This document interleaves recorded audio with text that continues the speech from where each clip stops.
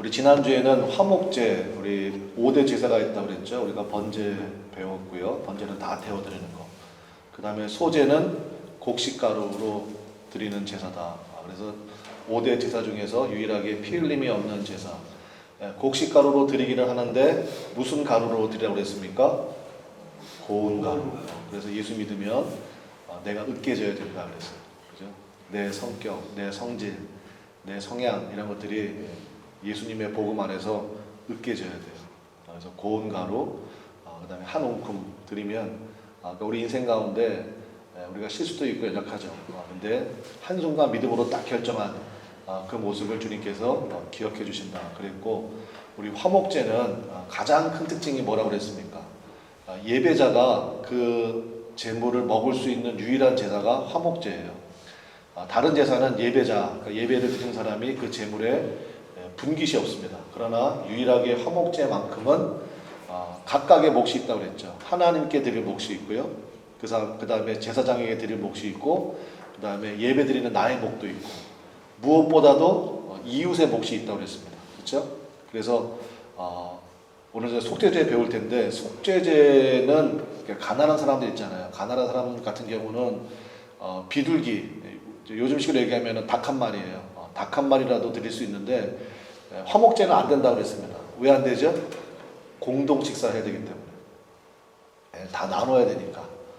그래서 여러분, 하나님께서 우리의 삶 가운데 여러분 나눔이 있어야 화목이 이루어지잖아요. 그렇죠? 나눔이 있어야 화목이 이루어집니다. 하나님께서 나에게 주신 것 중에 넘치는 게 있어요. 여러분 모두가 다 마찬가지입니다. 어떤 사람은 하나님께서 주신 은사, 그걸 은사라고 불러요. 은사. 그 은사에 따라서 그 은사를 하나님께서 나에게 이런 재능을 주셨다 감사하고 그것을 사명으로 전환시킬 줄 알아야 됩니다. 우리 이제 예를 들어서 뒤에 앉아 계신 우리 최경숙 성도님 같은 경우는 저도 몰랐는데 그림을 정말 기가 막히게 그리세요. 본인은 아니라고 그러시는데 그림을 정말 잘 그리십니다.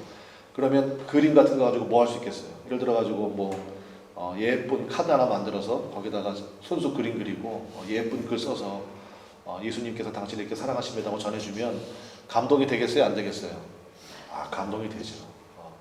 그러니까 그런 거예요. 그래서 우리 피아노 치시는 우리 집사님, 그 다음에 그러니까 여러분 각자에게 주시는 하나님의 은사가 있거든요. 그러니까 하나님께서 내게 주시는 것 중 가운데 넘치는 게 있습니다. 어떤 사람은 건강이 넘치고, 어떤 사람은 막 시간이 넘치고, 어떤 사람은 물질이 넘치고. 그러니까 하나님께서 내게 더 넘치게 주신 것은 우리 한번 따라하겠습니다. 화목제물로 나누라는 거예요. 이웃과 나누라는 것입니다. 그러면요 마르질 않아요. 하나님께서 계속 부어주십니다. 계속. 근데 이것을 잘못 이해해가지고 그걸 쌓아두잖아요. 그럼 누가복음에 나오는 어리석은 부자 되는 거예요. 그 쌓아두면 나중에 다 녹슬고요. 좀 먹고 그래서 그 나중에 못 씁니다. 폐기 처분, 용도 폐기 처분돼요.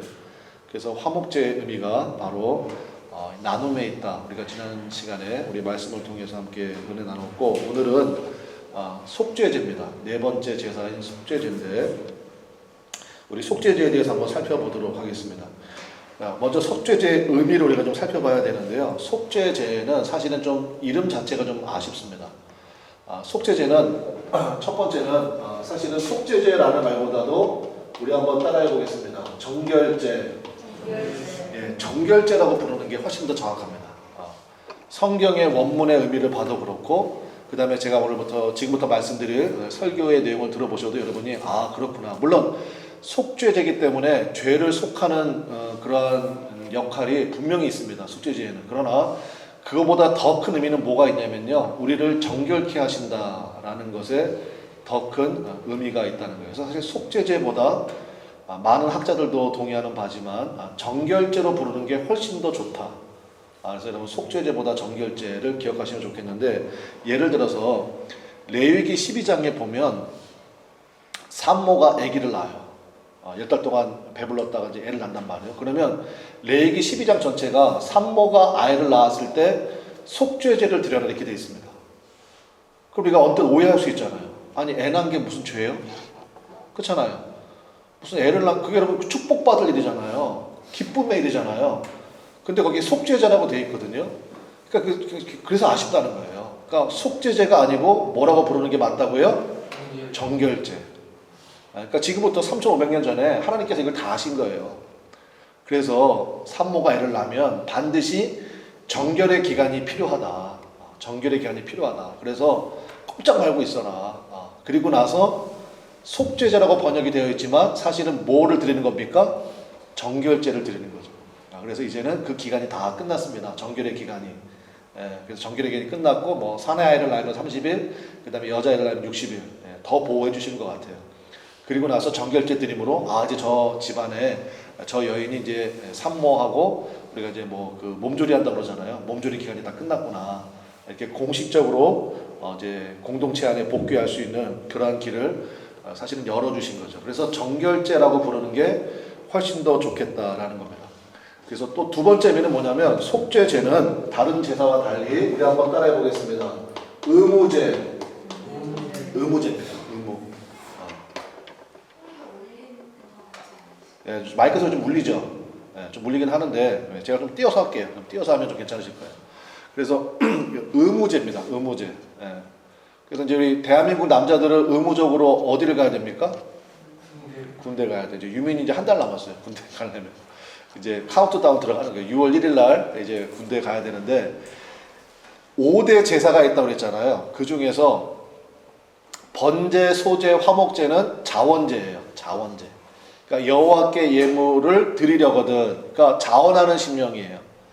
그러나 오늘 배우는 속죄제와 다음 주에 배울 속건제 이거는요 의무제입니다.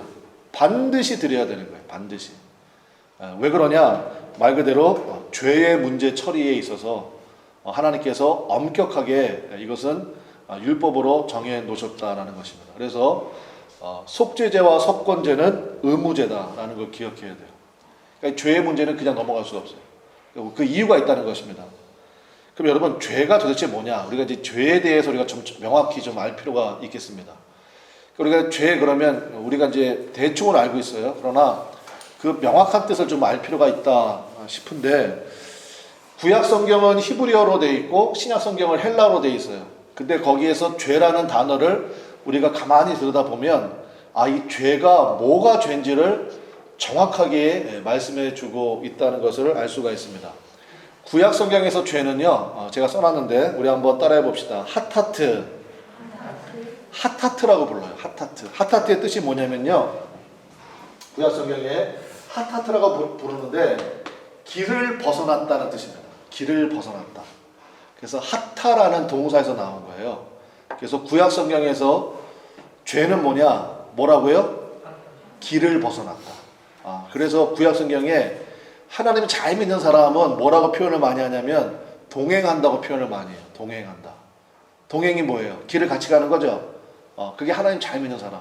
에녹 같은 사람. 365년 동안 하나님과 동행하더니 하나님이 그를 데려가심에 그는 더 이상 이 땅에 있지 아니하더라. 그래서 주님과 동행하는 사람, 죄 안 짓는 사람이죠. 근데 주님께서 명하신 길이 있는데 그 길을 벗어나는 거예요. 그거를 핫하트라고 부르고 그게 바로 구약에서 말하는 죄라는 거예요. 죄. 그러면 신약에서는 뭐라고 부르느냐? 우리 한번 따라해 봅시다. 하마르티아라고 부르는데 그것은 뭐냐면 조금 달라요.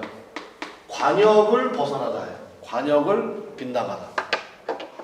궁수가 활을 쏘잖아요. 꼭 딱 정확하게 맞춰야 되는데 빗나갔단 말이에요. 그거를 죄라고 불렀어요. 죄. 그러면 구약과 신약을 통합하면 성경이 말하는 죄가 무엇인지를 우리가 명확히 알 수 있습니다. 죄가 뭡니까? 하나님의 길을 벗어나서 하나님의 기대에 미치지 못하는 삶. 그게 바로 죄예요. 그 사람이 남의 것을 도둑질했다, 거짓말을 했다, 그런 차원이 아니라 지금 그 사람이 있어야 될 자리가 있어요. 하나님이 그 사람에게 지정하신 자리가 있어. 그게 그 사람의 관역이죠. 근데 거기에서 벗어나 있는 거예요. 그게 죄예요. 그게 죄라고. 그래서 하나님께서 명하신 길을 벗어나서 하나님께서 우리 각자에게 품으신 뜻이 있을 거 아닙니까? 그 뜻에 벗어나 있는 상태, 그게 바로 죄라는 것입니다. 그게 바로 죄예요. 죄는 반드시 처리돼야 됩니다. 우리 한번 성경을 보겠는데 그러면서 이제 속죄제를 다루는데 우리 2절을 한번 보겠습니다. 2절. 죄의 문제를 반드시 처리해야 되는데 2절 한번 볼까요? 2절에 자, 우리 2절 같이 읽어봅니다. 시작. 이스라엘 자손에게 말하여 이르라. 누구든지 여호와의 계명 중 하나라도 그릇 범하였으되. 여러분 거기다 밑줄을 칩시다. 여호와의 계명 중 몇 개입니까? 하나라도 그릇 범하였으되. 이게 굉장히 중요해요. 쉬운 성경에 여기 뭐라고 표현되어 있냐면요, 실수로 범하였으되 이렇게 되어 있습니다. 그릇 범하였다는 게 뭐냐면 실수예요. 실수. 그러니까 실수했다는 거는 의도성이 있었어요, 없었어요? 없었어요. 그러니까 unintentionally예요. 내가 의도하지 않았어요. 실수로 죄를 진 거예요. 실수로. 그럼 봅시다. 야, 하나님 너무 하시는 거 아니냐. 내가 의도하지도 않았고 실수로. 예를 들면 이런 거예요. 구약에서 죄가 뭐가 있냐면요, 죄를 지은 사람이 앉았던 자리야. 근데 내가 모르고 그 자리에 앉았어요. 그럼 나에게 죄가 전이가 돼요, 안 돼요? 돼요. 뭐 그런 걸 얘기하는 거예요. 부정한 사람이 만졌던 물건을 나도 만지게 되었어요. 그러면 나도 부정해지는 거예요. 그러니까 이런 걸 얘기하는 거예요. 실수로. 내가 몰랐어. 그러니까 의도성이 없었음에도 불구하고 여호와의 계명 중 단 하나라도 범하였으면 뭐를 드려라? 속죄제를 드려라. 그럼 하나님 너무하잖아요, 사실은. 여기서 우리가 깨달아야 될 게 있어요. 뭐냐면 하나님이 너무하시는 게 아니라 그 정도로 하나님이 그 어떤 죄라도요 그냥 넘어갈 수 없다는 거예요. 우리 한번 따라해 보겠습니다. 사소한 죄는 없다. 의도하지 않은 죄에서도 하나님이 이렇게 말씀하실 정도면요, 의도성을 가진 죄는 두말할 필요도 없다는 거예요. 무슨 얘기인지 아시겠죠? 그러니까 실수로 범한 죄도 속죄제를 드려야 될 정도면 나머지 죄는 말할 것도 없다는 거예요. 우리가 그렇게 이해를 해야 됩니다. 그럼 왜 그러냐면요, 죄가 힘이 있기 때문에 그렇습니다. 죄가 힘이 있기 때문에. 그래서 하나님께서 우리에게 속죄제를 말씀하시는 거예요. 그렇지 않으면 그 죄가 나를 결국은 사로잡게 되기 때문에 그렇습니다. 왜냐하면 죄는요, 우리 한번 따라해 봅시다. 확장성, 지속성, 죄의 특징이에요. 죄의 특징에 뭐가 있다고요? 죄가요 확장이 됩니다. 그 다음에 죄가 또 무슨 특징이 있어요? 지속이 돼요. 그래서 여러분 우리나라 속담에도 있죠. 바늘 도둑이 무슨 도둑 됩니까? 죄가 확장이 됩니다. 그러니까 사소한 죄라 할지라도 그걸 내 안에 품는 순간에 그 죄가 자란다고요. 지속성은 뭐겠습니까? 중독되는 거예요. 중독되는 거예요. 그래서 여러분 요즘에 뉴스 보면 굉장히 가슴 아픈 일들 굉장히 많잖아요. 예를 들어서 아동 학대. 요즘에 굉장히 사회적으로 문제가 되잖아요. 지난번에 신문 보니까 여러분 생각해 보세요. 생후 2개월 된 자기가 낳은 자식이야. 여러분 생후 2개월 된 아기가 울어요, 안 울어요? 당연히 울지. 왜냐면 애가 힘차게 울어야 애가 폐가 튼튼해진대요. 애가 울어야 되는 거예요. 근데 이 아빠가요, 애가 운다고 애가 울어서 시끄럽다고 애를 집어 던졌다는 거 아닙니까? 그럼 이게 말이 됩니까? 애가 운다고, 생후 2개월 된 애기가 운다고 애를 집어 던졌다고요. 그럼 그 사람이 원래부터 그런 사람이었을까요? 저는 그렇게 생각하지 않습니다. 죄가 계속 확장되는 거예요. 그러니까 승질 한번 부리는 거, 화 한번 내는 거, 그게 아무것도 아닌 게 아니에요. 그게 그 사람의 죄를 점점 어떻게 만드는 거예요? 확장시켜 버리는 거예요. 그래서 이제는 자기가 낳은 자식임에도 불구하고 생후 2개월 된 애가 운다고 걔를 집어 던졌다고. 지독히 자기밖에 모르는 거죠. 그뿐만이 아니잖아요. 뭐 다 아시잖아요. 4살 된 애가 말을 안 듣는다고. 말을 안 들어봐야 걔가 얼마나 안 듣겠어요. 애를 비틀어가지고, 팔을 비틀어가지고 부검해보니까 뼈가 다 부서져 있는 거예요. 도대체 이런 잔악함이 어디에서 오냐 이거예요. 그래서 죄가 무섭다는 것입니다. 그래서 하나님이 사소한 죄라도 그 죄가 우리 마음속에 자리 잡는 순간 이거 빨리 예민하게 반응해야 된다는 것입니다. 그러니까 죄는 파워가 있습니다. 확장성이 있고 지속성이 있다는 거예요. 그럼 속죄제는 언제 드려야 되느냐? 13절과 14절 한번 봅시다. 13절, 14절에 보면 속죄제를 언제 드려야 되는지가 나와요. 13절부터 제가 한번 읽을게요. 만일 이스라엘 온 회중이 여호와의 계명 중 하나라도 부지 중에 범하여, 똑같죠? 실수 중에, 그러니까 잘 모르는 사이에 범했단 말이에요. 범하여 허물이 있으나 스스로 깨닫지 못하다가 14절 다 같이 읽읍시다. 시작. 그 범한 죄를 깨달으면, 예, 그때입니다. 그 범한 죄, 그러니까 나 몰랐어요.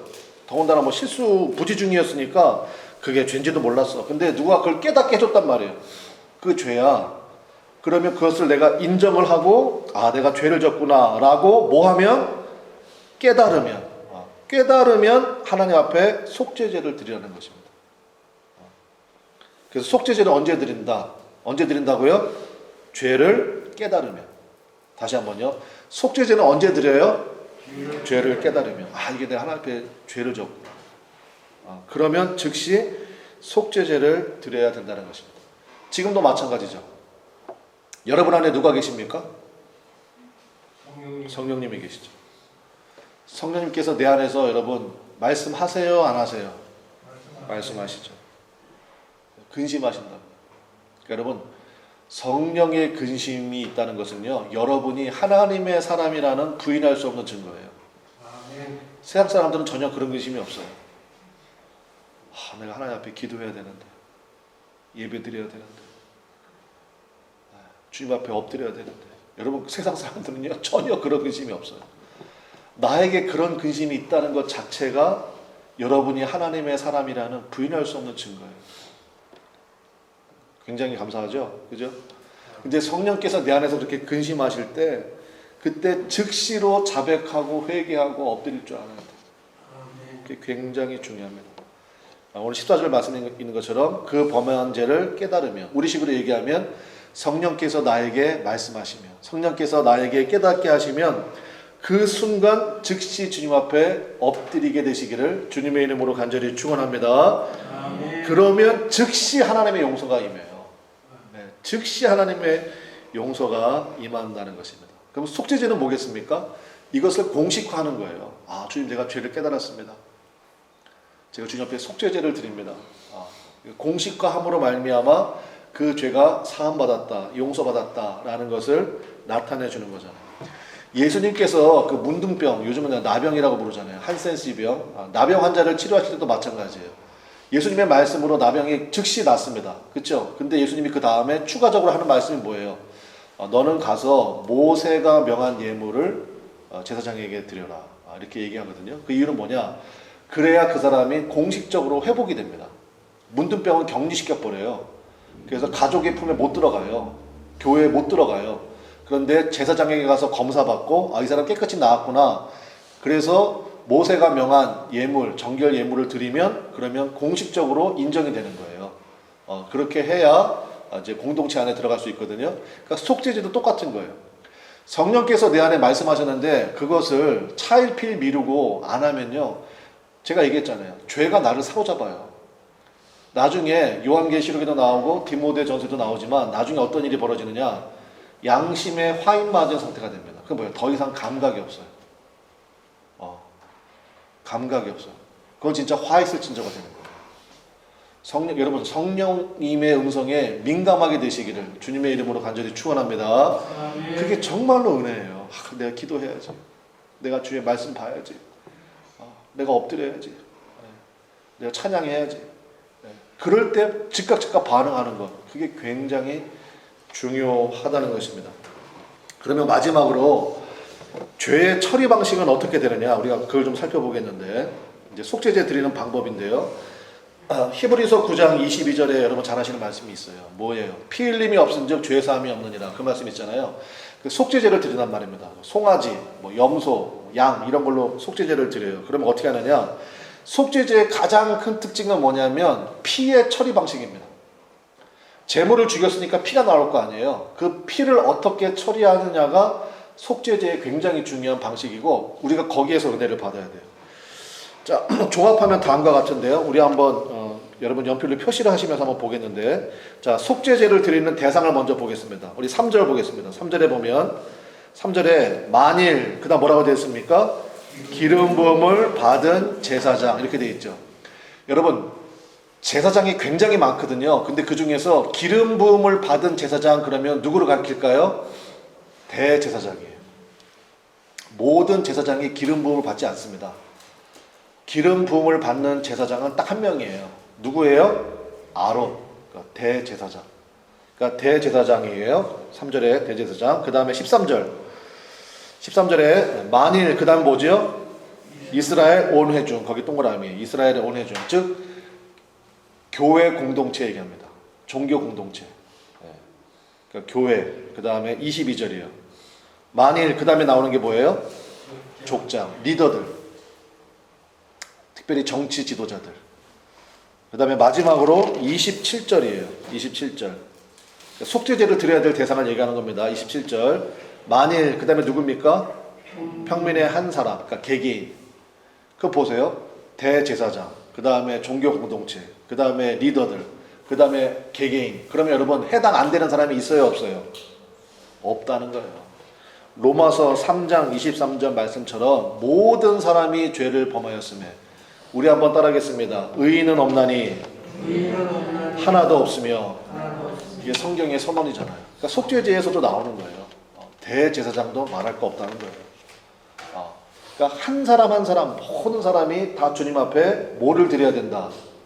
속죄제를 드려야 된다. 그래서 속죄제는 의무제가 된다고요. 의무제. 이해가 되시겠죠? 그러면 이제 그 피를 어떻게 처리하느냐? 제물을 잡았습니다. 그래서 대제사장이나 이스라엘 종교 공동체가 죄를 지면 소를 잡아야 돼요. 그 다음에 족장은 좀 다르고, 그 다음에 개개인은 또 다르고, 개개인 같은 경우는 가난한 경우는 고운 가루로도 드릴 수 있어요. 단 기름과 유향은 넣으면 안 되고, 속죄제이기 때문에. 어쨌든 이 피의 처리 방식이 굉장히 중요한데요. 4가지 방식이 있습니다. 첫 번째는 그 피를 담아가지고요, 대제사장이 첫 번째 성소 안으로 들어갑니다. 성소 안으로. 성소 안. 성소 안이면 어디냐면, 성소 안에 들어가면 거기에 휘장이 하나 있어요. 우리 식으로 하면 커튼이 있다고. 커튼. 무엇과 무엇을 나누는 커튼이에요? 지성소와 성소를 나누는 그 커튼 앞에 딱 씁니다. 휘장 앞에 서가지고요, 제사장이 속죄 제물의 피를 그 지성소에 들어가는 휘장에다가 7번을 뿌려요. 여러분 성경에서 7번은 무슨 의미가 있어요? 7이라는 숫자는 완전이라는 뜻이 있는 거예요. 완전. 그래서 완전한 속죄를 의미하는 휘장에다가 피를 7번 뿌립니다. 그게 무슨 얘기예요? 아까 얘기했죠. 피 흘림이 없은즉 사함이 없느니라. 죄가 있으면요, 여러분 지성소는 다른 말로 뭐라고 부르냐면요, 우리 한번 따라하겠습니다. 시은소. 지성소를 다른 말로 뭐라고 부른다고요? 시은소. 베풀 시자에 은혜 은자에 장소 소자예요. 은혜를 베푸시는 장소에 못 들어간다고요. 뭐가 있으면? 죄가 있으면. 여러분 안에 죄가 있으면요, 성령께서 나에게 계속 말씀하시는 게 있는데, 사랑하는 아들아, 사랑하는 딸아, 너 왜 자꾸 그러니? 너 왜 그러니? 그럴 때 그 음성을 듣고 하나님 앞에 즉각적으로 엎드리지 아니하면 하나님의 은혜를 만나지 못한다고요. 지성소에 못 들어간다는 거예요. 은혜 베푸시는 장소에 못 들어간다. 그래서 제일 먼저 대제사장이 그 휘장에다가 7번 피를 뿌립니다. 속죄의 피를. 두 번째는 어디에 뿌리느냐면, 성소 안에 기도, 이렇게 3가지가 있잖아요. 떡병이 있고 분향단이 있고 성전 등잔대가 있는데, 기도의 분향단 이렇게 있는데요, 거기에 반드시 뿔이 있어요. 뿔 끝에. 뿔이라는 것은 뭐냐면 권세를 상징하거든요. 휘장에다가 7번 뿌린 다음에 그 속죄의 피를 기도의 분향단 뿔에 바르게 되어 있습니다. 그럼 뭐겠어요? 죄로 인해서 기도의 권세가 막힌다는 거예요. 여러분 안에 죄를 품고 있잖아요. 그러면 기도가 돼요, 안 돼요? 안 돼요. 기도도 안 될 뿐더러 아무리 기도해봐야 땀만 나지 하나님이 응답하셨다는 그러한, 여러분 아시잖아요. 기도해보신 분들은 아시잖아요. 그게 없어요. 그럼 반드시 뭐를 점검해야 됩니까? 죄의 문제를 점검해야 돼요. 혹시 내가 하나님 앞에, 하나님이 지금 회개하기 원하시는 죄가 있나? 그리고 3번째는 번제단 뿔에 바릅니다. 번제단이라는 것은 예배를 의미하잖아요. 그 번제단 내 뿔에 또 속죄의 피를 발라야 돼요. 그 무슨 얘기냐? 죄가 있으면요, 예배가 하나도 은혜가 안 됩니다. 여러분 예를 들어가지고 부부간에 한번 심하게 다투고 와가지고 예를 들면 누구를 굉장히 미워한 마음 가지고 교회 와서 예배 드려보세요. 예배가 되나? 절대 안 돼요. 뭐 찬양을 부르는데 찬양이 하나도 은혜가 안 되고 설교 말씀 듣는데 설교 말씀 하나도 들리지도 않고 그냥 시계만 보는 거예요. 이거 빨리 안 끝나나 왜? 예배의 은혜가 사라져버려요. 네 번째는 그 남은 피가 있잖아요. 그 휘장에 7번 뿌르고 그 다음에 기도에 분향단 뿔에 바르고 번제단 뿔에 바르고 나머지 피는 번제단 밑에 다 쏟아버려요. 그래서 여러분 그건 뭘 의미하냐? 우리 한번 따라합시다. 십자가 아래 흘러넘치는 보혈. 우리 찬양 중에도 그거 있잖아요. 십자가에서 쏟으신 그 사랑 강같이 온 땅에 넘쳐. 그게 바로 번제단 밑에 쏟은 속죄의 피예요. 그래서 이렇게 네 군데 속죄의 피를 바른다고요. 자, 기억합시다. 첫 번째 어디에 뿌려요? 휘장에다가. 휘장에다가 뿌려요. 휘장에다가. 그래서 은혜, 죄가 있으면 은혜, 하나님의 은혜의 장소에 들어갈 수가 없다. 두 번째 어디에 발라요? 기도의 분향 뿔에 발라요. 기도의 분향단 뿔에다가. 그래서 죄가 있으면 기도가 응답이 안 된다. 세 번째 어디다 발라요? 번제단 뿔에 발라요. 죄가 있으면 예배가 하나도 은혜가 안 된다. 예배가 하나님의 은혜를 만나는 시간인데요. 예배 속에서 회복이 없어요. 예배가 하나도 은혜가 안 돼요. 머리만 아파, 머리만. 반드시 죄의 문제를 점검해야 된다. 마지막에는 번제단 밑에 다 쏟아버렸다는. 그리고 나서 남은 게 있을 거 아니에요. 그 화목제 같은 경우는 남은 거 하나님 앞에 뭐 콩팥하고 내장에 덮은 기름 드리고 나머지는 다 나눠 먹었잖아요. 속죄 제물은 그게 안 돼. 피만 이렇게 바른다면 나머지 전부는 하나님께 드릴 거 있습니다. 내장에 화목제와 똑같은 거 그것만 딱 하나님께 드리고 나머지 전부는요 영문 밖에, 즉 공동체가 거주하는 마을 바깥에다가 따로 제단을 만들고 거기에서 다 불태워 버려야 돼요. 그게 바로 속죄제의 규정이라는 것입니다. 그러면 제가 이걸 여러분께 한번 여쭤볼게요. 제가 말씀드렸잖아요. 속죄제 언제 드린다고요? 부지 중에 내가 죄를 범했을 때. 그걸 깨닫게 되면 속죄제를 드려라. 그럼 보세요.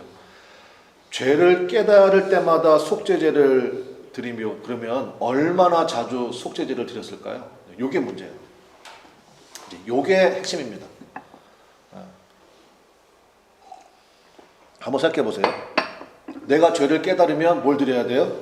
속죄제 드려야 돼요. 그 다음에 부지 중에 지었을지도 모를 죄 때문에 나는 기억이 안 나는데 뭔가 내가 오늘 실수할 수도 있잖아. 그래서 그것 때문에 또 속죄제 드려야 돼. 그 다음에 제일 황당한 건 세 번째예요. 부정한 사람이 앉았던 물건, 부정한 사람이 만졌던 물건을 나도 만지거나 그 자리에 앉으면 나도 부정하게 돼. 속죄제 드려야 돼. 아니 그러면 여러분 생각해보세요. 그랬다면 속죄제를 드리다가 볼일 다 볼 거 아니에요? 그렇잖아요. 아니 속죄제 노이로제 걸리겠네. 그렇지 않겠어요? 아마 속죄제 드리니라고요. 나만 아는 가축도 없을 거예요. 밥 먹고 와서 속죄제 드리고 또 누구 잘못했네. 또 떠올랐어. 또 가 속죄제 드리고 그리고 저 우연히 힘들어하고 자리에 앉았는데 세상에 그 부정한 사람이 앉았던 자리래. 그걸 또 누가 얘기해 주네. 그럼 또 속죄제 드리고 그러면 일과생활을 언제 하는 거예요? 일상생활은. 그래서 여러분 속죄제를 주님께서 이렇게 말씀하셨잖아요. 그래서 여러분 레위기가 그래서 중요한 이유는 뭐냐면 레위기는요 헌법과 같다 이렇게 생각하시면 돼요. 헌법이 있고 그 밑에 뭐 민법이 있고 형법이 있고 뭐 이렇게 있잖아요. 그러니까 레위기는 한마디로 얘기하면 따라합시다. 근본 정신. 그 무슨 얘기냐? 구약 성경에서요 실제적으로 속죄제를 드린 예는 거의 없습니다. 우리가 나중에 이제 절기 배울 거거든요. 절기 대속죄일 7월 17일 날 그때는 하나님 앞에 다 드려. 온 백성이 7월 17일 하루. 나머지 경우에는요 속죄제를 실제로 드린 예가 구약 성경에 있어요 없어요? 없다고요. 그 얘기는 무슨 얘기냐? 하나님께서 이 속죄제의 규례를 통해서 하나님께서 하나님의 백성들에게 죄에 대해서 민감해라. 죄에 대해서 깨어 있어라. 바로 그 메시지를 우리에게 주시는 거라고요. 무슨 얘기인지 아시겠습니까? 그러니까 속죄제 드린이라고 정신없이 그러니까 이거를 잘못 적용하면 죄져서 그러지. 괜히 나 그거 가지고 남 정죄하고 너 죄져서 그렇지. 뭐 안 되면 죄 때문에 그러지. 그게 아니라고요. 한 번도 구약 성경에 실제적으로 속죄제를 드린 예는 없다는 것입니다. 근본 정신이 뭐냐? 하나님께서 우리를 사랑하시잖아요. 죄가 이렇게 무섭다. 죄를 네 마음에 품으면 지성소의 은혜가 없어. 기도의 은혜가 없어. 예배의 은혜가 사라져. 교회 가운데 십자가의 보혈의 은혜가 흘러야 되는데 교회가 완전히 낭장판이 돼버려. 요즘에 싸우는 게들 그렇게 많다면서요. 그렇게 된다는 거죠. 그래서 주님께서 우리에게 무슨 얘기인지 아시겠죠? 그게 바로 레위기 4장부터 5장 13절까지 기록된 속죄제의 은혜예요. 우리 말씀의 결론 맺겠습니다. 우리 히브리서, 이거 성경을 좀 찾아볼게요. 여기 중요하기 때문에 제가 일부러 화면에 준비 안 했어요. 히브리서 13장으로 가겠습니다. 신약 성경 히브리서 13장으로. 레위기서를 알아야 히브리서가 은혜가 됩니다. 그러니까 레위기의 짝꿍이 히브리서다 이렇게 보시면 돼요. 신약 성경 히브리서 13장 369페이지. 히브리서 13장 11절부터 13절까지.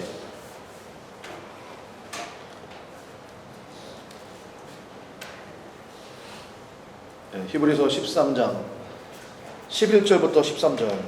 자, 우리가 속죄제에 대한 말씀을 들었죠. 그리고 나서 이제 이 말씀을 보면 이게 무슨 말인지 여러분 이해가 되는 것입니다. 히브리서 13장 11절부터 13절 우리 한번 같이 읽어보겠습니다. 시작. 이는 죄를 위한 짐승의 피는 대제사장이 가지고 어디에 들어갑니까? 성소에 들어가고. 여러분 이제 아시겠죠? 성소에 들어가서 두 군데 피 뿌려요. 어디다 피 뿌려요? 휘장에다가 뿌리고 그 다음에 어디다 발라요? 기도의 분향단. 그 다음에 계속 읽어봅시다. 시작. 그 육체는 영문 밖에서 불사름이라. 그러므로 예수도 자기 피로써 백성을 거룩하게 하려고 성문 밖에서 고난을 받으셨느니라. 그런즉 우리도 그의 치욕을 짊어지고 영문 밖으로 그에게 나아가자. 아멘. 앞서 말씀드린 것처럼 우리 모두가 다 죄인입니다. 그래서 예수님의 십자가의 보혈의 은혜가 필요하다. 그래서 다른 거 아니에요. 속죄제는 예수님께서 우리에게 그걸 이렇게 얘기합니다. 영원히 한 번에 끝냈다. 그를 줄여서 뭐라고 부르게 해요? 따라해 봅시다. 영단번의 제사. 네, 그래서 여러분이 이제 하나님 말씀 막 듣다 보면 영단번의 제사를 예수님께서 들으시고 그러면 여러분 이제 알아들으셔야 돼요. 영원히 한 번에 끝내셨다는 거예요. 믿습니까? 그래서 영단번의 제사. 그래서 우리는 예수님의 십자가에 보혈을 붙들고요. 그 다음에 마찬가지 13절에 있잖아요. 우리의 옛사람이 있어요. 우리의 옛사람은 영문 밖으로 가지고 나가서 처리해야 된다는 것입니다. 무슨 얘기냐? 무조건 교회 안에는요 예수님의 십자가의 보혈만 흐르시기를 주님의 이름으로 간절히 축원합니다. 무조건이에요. 미숙한 교회는 어떤 교회냐? 죄를 영문 밖에서 처리하라고 그랬잖아요. 근데 죄를 교회 안으로 끌고 들어오는 거예요. 목사님 몰라서 그렇지. 저 사람 옛날에 그랬대요. 목사님 제 말 좀 들어보세요. 저 사람 저런 사람이에요. 뭐 이러면서 자꾸 남의 죄를 폭로하고 험담하고. 그거는 속죄죄를 모르는 거예요. 우린 다 죄인이에요. 다 예수님의 십자가의 보혈의 은혜가 필요할 뿐이야. 그래서 예수님의 십자가의 보혈이 교회 안에 가득 흐르고요. 우리의 옛사람은 영문 밖에서 처리하는 거예요. 그리고 영문 밖에서 다 불태워버리는 거예요. 제가 정말로 존경하는 우리 이어령 선생님 있습니다. 이분이 이제 거의 생애 마지막 그 시간을 보내고 계시는데 최근에 굉장히 중요한 말씀을 하셨고 저는 그 말씀이 제 가슴에 깊숙이 박혔어요. 뭐라고 얘기하셨냐면은 우리나라는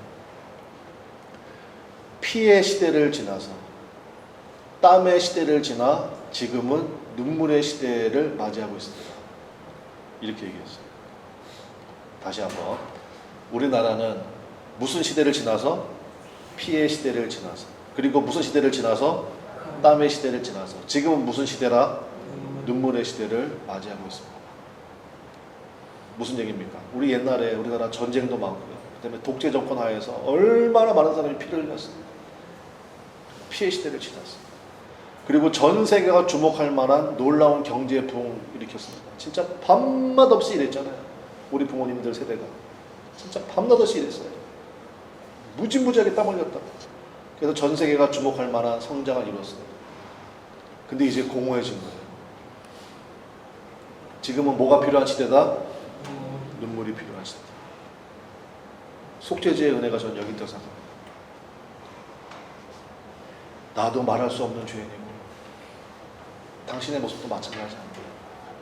그러면 속죄제의 은혜를 제대로 통과한 사람은요, 다른 사람을 볼 때 어떤 마음이 들까요? 아, 나는 속죄제 드려서 나는 깨끗하니까 너 어디 한번 보자, 이렇게 될까요? 아니죠.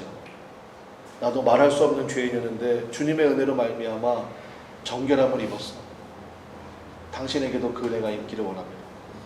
그래서 속죄제의 은혜를 제대로 통과한 사람은 항상 마음속에 어떤 마음이 있을까요? 불쌍히 여기는 마음이 있어요. 긍휼히 여기는 마음. 여러분의 남편을 바라볼 때, 여러분의 아내를 바라볼 때, 여러분의 부모님들을 바라볼 때, 자녀들을 바라볼 때 긍휼히 여기는 마음이, 불쌍히 여기는 마음. 목사가 성도들을 바라볼 때, 성도가 목회자를 바라볼 때 불쌍히 여기는 마음, 긍휼히 여기는 마음. 여러분, 무엇보다도 여러분에게 눈물이 회복되시기를 주님의 이름으로 간절히 축원합니다. 아멘. 이 시대는 그런 사람을 필요로 한다는 거예요. 그래서 여러분, 정말로 우리가 우리 자녀들을 위해서 기도해야 돼요. 하나님, 우리 자녀들이 정말 눈물이 마르지 않는, 정말 아파할 줄 알고 긍휼히 여길 줄 알고 불쌍히 여길 줄 아는 그러한 이 시대의 리더들이 되기를 원합니다. 이 시대는요, 바로 그런 사람을 필요로 합니다. 속죄제의 은혜를 통과한 사람입니다. 여러분, 그 은혜가 오늘 이 말씀을 듣는 여러분과 저에게 차고도 넘치시기를 주님의 이름으로 간절히 축원합니다. 그래서 불쌍히 여기는 마음, 불쌍히 여기는 마음. 그래서 막 전부가 지금 막 이런 상태 가운데 전부 다 으르렁거리고 있잖아요. 나 건드리기만 해봐, 나 건드리기만 해봐, 폭발해, 나 폭발해. 진짜 시한폭탄 같은 사람들이 얼마나 많은지 몰라요. 속죄제의 은혜가 필요합니다.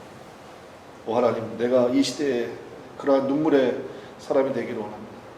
시대의 흐름을 보고 하나님 앞에 애통할 줄 알고, 교회를 위해서 눈물을 흘릴 줄 알고, 나와 함께하는 사람들을 위해서 긍휼히 여기는 마음으로 다가갈 줄 아는 그러한 믿음의 사람. 그럼 하나님이 그 사람 통해서 이 시대의 귀한 믿음의 사람으로 쓰신다는 것입니다.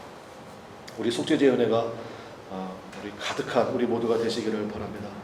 우리 찬양단 나오시겠습니다. 우리 거친 주의 십자가, 오늘 들은 바 말씀을 생각하면서 정말 겉으로 보기에는 너무나도 거칠고 볼품없는 십자가이지만 그 십자가의 은혜로 말미암아 우리의 영혼이 깨끗함을 얻고요, 그 다음에 여러분이 가는 곳마다 증거할 것은 우리 주님의 십자가 밖에는 없습니다. 우리 이 찬양, 우리 주님 앞에 우리 찬양 한 2번 정도 부를까요? 우리 부르고 우리 축도 예배를 마치도록 하겠습니다.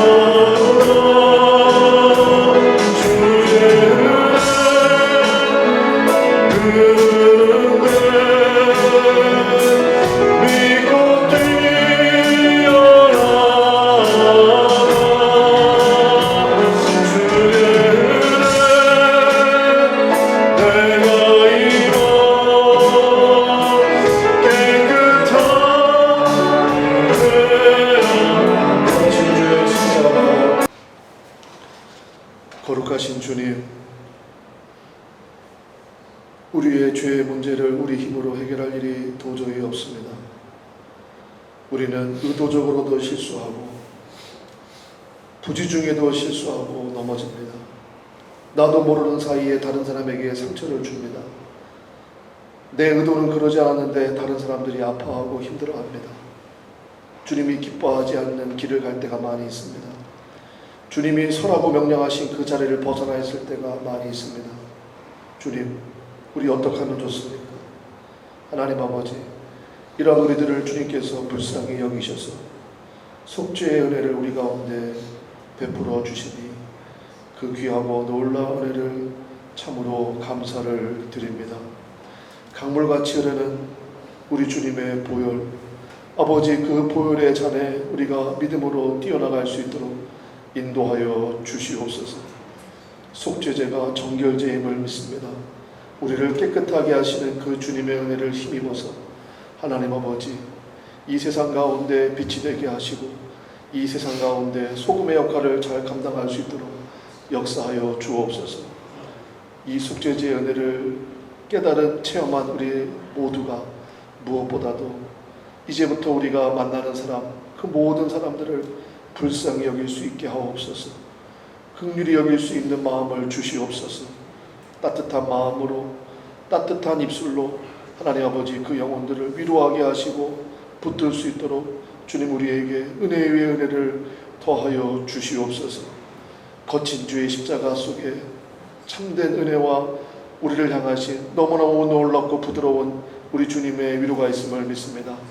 그 은혜 가운데 우리 사랑하는 성도를 붙드시고 저들이 가는 가정마다, 저들이 서 있는 자리마다 하나님의 놀라운 은혜를 충만케 하여 주시옵소서.